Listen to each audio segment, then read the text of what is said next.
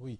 Yusuf Balambala, c'est quand le feu Imam Khomeini, que son âme repose au paradis, parlait à l'époque de l'exportation de la révolution islamique, il voulait sans doute pas dire exporter des gens, les gens qui vont aller ailleurs pour se révolter, mais c'était surtout l'exportation des valeurs islamiques C'est que ça. nous essayons de défendre à travers des décennies. Est-ce que vous pouvez nous parler des répercussions et de l'influence de cette révolution à travers le monde, en particulier la France?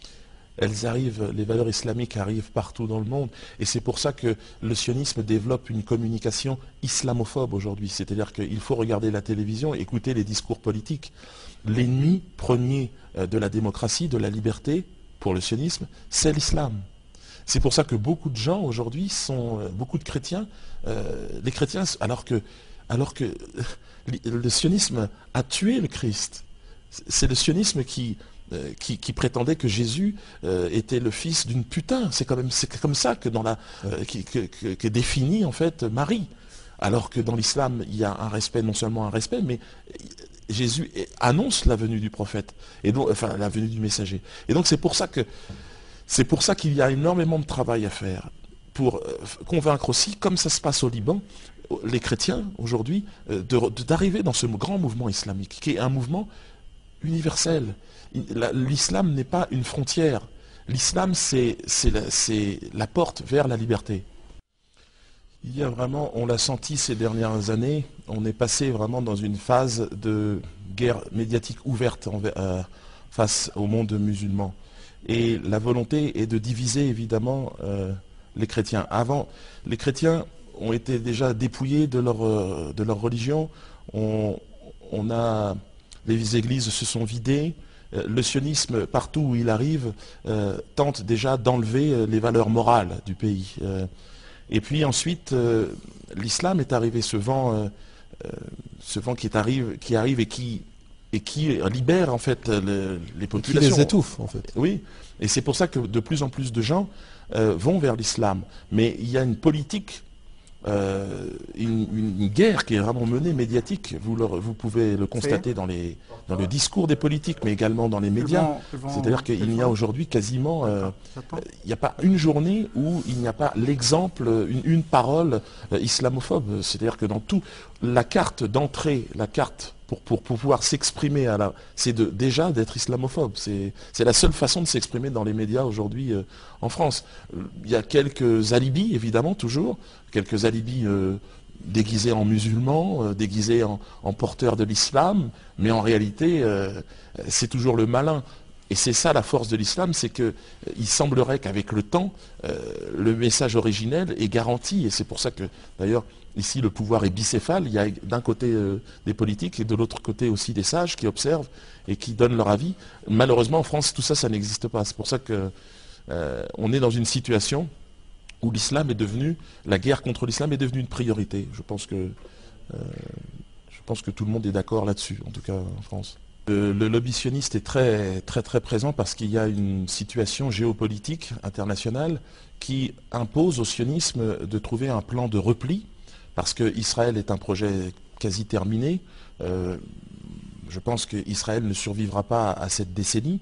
Et donc, fatalement, les sionistes les plus hystériques, ceux qui ne sont pas ouverts au dialogue, vont être obligés de bouger. Et donc, ils vont certainement arriver en France parce que et le président de la République est un sioniste invétéré, et les médias, et la plupart des structures aujourd'hui d'État, des institutions françaises sont sous contrôle du sionisme. On a vraiment l'impression que le sionisme se prépare à bouger, en fait, et je pense que la France est un point de repli, peut-être intermédiaire, avant les États-Unis, mais bon, en tout cas, ce qui est certain, c'est que après Israël et les États-Unis, je crois que Paris est devenu aujourd'hui l'une des capitales du sionisme. Une question qui m'est venue à l'esprit, M. Mbala. Vous n'avez pas de problème en France, vous vivez en France et vous avancez ces propos très justes et très dangereux même, en tant que quelqu'un qui vit en France. Vous n'avez pas de problème? Bon, je dirais que Parce que les sionistes n'aiment pas ça. non, par rapport et par respect pour tous ceux qui sont tombés face au sionisme ici, je ne vais pas me plaindre. Mais je me suis fait agresser physiquement à plusieurs reprises. 4 sionistes m'ont agressé dans le dos, évidemment. Et bon, je suis tombé sur le sol, j'ai été roué de coups, je me suis relevé, je me suis défendu, je les ai même neutralisés, ils se sont fait juger, ils ont fait 1 mois de prison, mais évidemment aucun média n'en a parlé. Je me suis fait agresser à d'autres, mais de manière générale, je ne me fais plus agresser maintenant.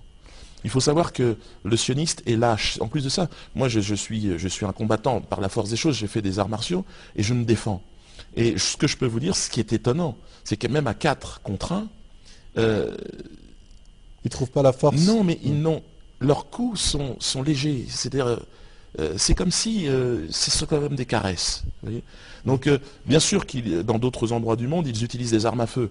Tomber sous le sionisme m'importe peu. La mort sera plus confortable de toute façon que la soumission et que la condition d'esclave au sionisme. Donc, je n'ai pas à me plaindre. Mais ce que je peux vous dire, c'est que je suis interdit de travailler partout, mais je ne vais pas me plaindre. Je suis content d'être à ma place, je suis content de voir qu'il y a aujourd'hui des jeunes gens qui bougent, qui prennent la relève, qui prennent le flambeau. Mon fils qui m'accompagne aujourd'hui ici, qui s'inspire, qui regarde, qui est impressionné aussi de voir un pays debout comme ça, fier et exemple. Parce que ce que nous avons besoin, c'est d'exemples. On a simplement besoin de voir qu'il y a une vie après le sionisme. Monsieur Mbala Mbala, vous êtes un antisioniste très réputé, vous menez des activités pour faire comprendre au monde quel est vraiment l'objectif des sionistes. D'abord, pourquoi les sionistes essayent tant de faire des crimes à travers le monde? Quel est leur intérêt? Je pense que c'est profondément une science du mensonge et une haine profonde de l'humanité. Mais pourquoi, monsieur Mbala? Je ne sais pas. Il me semble que c'est une épreuve qui est envoyée à l'humanité. Une épreuve que nous allons dépasser. Nous survivrons au sionisme. Mais c'est une épreuve parce que le sionisme joue sur nos instincts les plus bas, les plus faciles. Et il nous tente. Il tente de nous... C'est la tentation dont nous parlait le Christ pour les Européens, parce que j'ai grandi dans cette tradition-là. Et il divise. C'est l'art de la dissimulation, du camouflage. Il est là où on ne l'attend pas. Non, c'est vraiment l'épreuve. C'est une épreuve qui nous est envoyée. Et je suis toujours surpris, parce qu'il est là où on ne l'attend pas. Mais il y a quelque chose de lumineux qu'il n'a pas au fond de son regard. Et donc, une fois qu'on a l'habitude de le combattre, on le ressent. On ressent le sionisme dans le discours et dans le cœur des gens. Pour terminer l'émission, je demande à M. Mbala de résumer sa pensée et donner un message à tous ceux qui nous regardent, en 1 minute. En 1 minute, je vais essayer d'être très bref. Je pense qu'effectivement, l'heure est venue à un front plus large de s'unir vraiment contre le sionisme. Les musulmans doivent tendre la main aux chrétiens, et les chrétiens qui sont aujourd'hui perdus doivent rejoindre l'islam ouvert, cet islam moderne qu'a lancé, enfin cette révolution islamique qu'a lancé Imam Khomeini, qui est une perspective en fait très très large, très universelle, qui concerne en fait la planète tout entière, tous les continents, se battre contre l'injustice, et l'injustice elle a un nom, elle s'appelle le sionisme.